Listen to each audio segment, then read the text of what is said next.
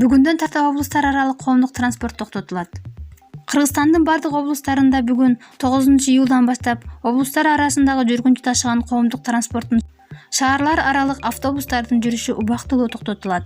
Республикалык ыкчам штабтын маалыматы боюнча бул чектөөнүн мөөнөтү Кыргызстандын аймактарындагы эпидемиологиялык абал жакшырганга чейин күчүндө болот. Мындай чечим COVID-19 вирусунун жайылышын болтурбоо жана алдын алуу боюнча облустук ыкчам штабтарда кабыл алынды, деп айтылат маалыматта. Алмазбек Атамбаев пневмониядан айыкты, ал абакка которулат. Мурунку президент Алмазбек Атамбаев пневмония оорусунан айыкты.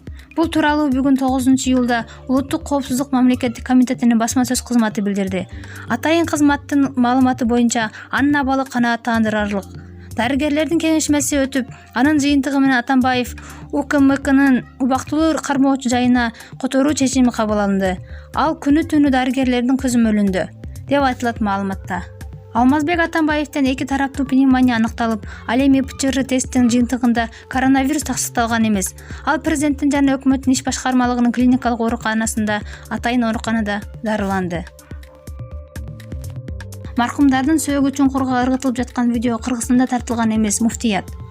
Социалдык тармактарда маркумдардын сөөгү чуңкурга кабыр ыргытылып жатканда тартылган видео тарап жатат. Ал Кыргызстанда тартылган эмес, деп билдирди Кыргызстандын мусулмандар дин башкармалыгынын басма сөз кызматы. Муфтияттын маалыматы боюнча видео Индия мамлекетинде тартылган. Кыргызстанда ар бир сөөгү шарият көрсөткөн тартип, урмат сый менен жерге берилүүдө.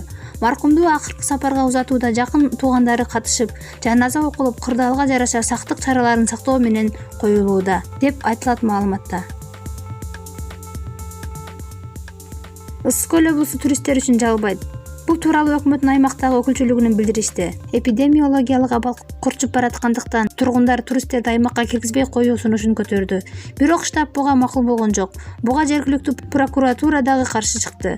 Бирок пенсионат жана эс алуу үйлөрүндө санитардык эрежелер сакталбаса, алар жабылат. Маалымат Булак Баракелде.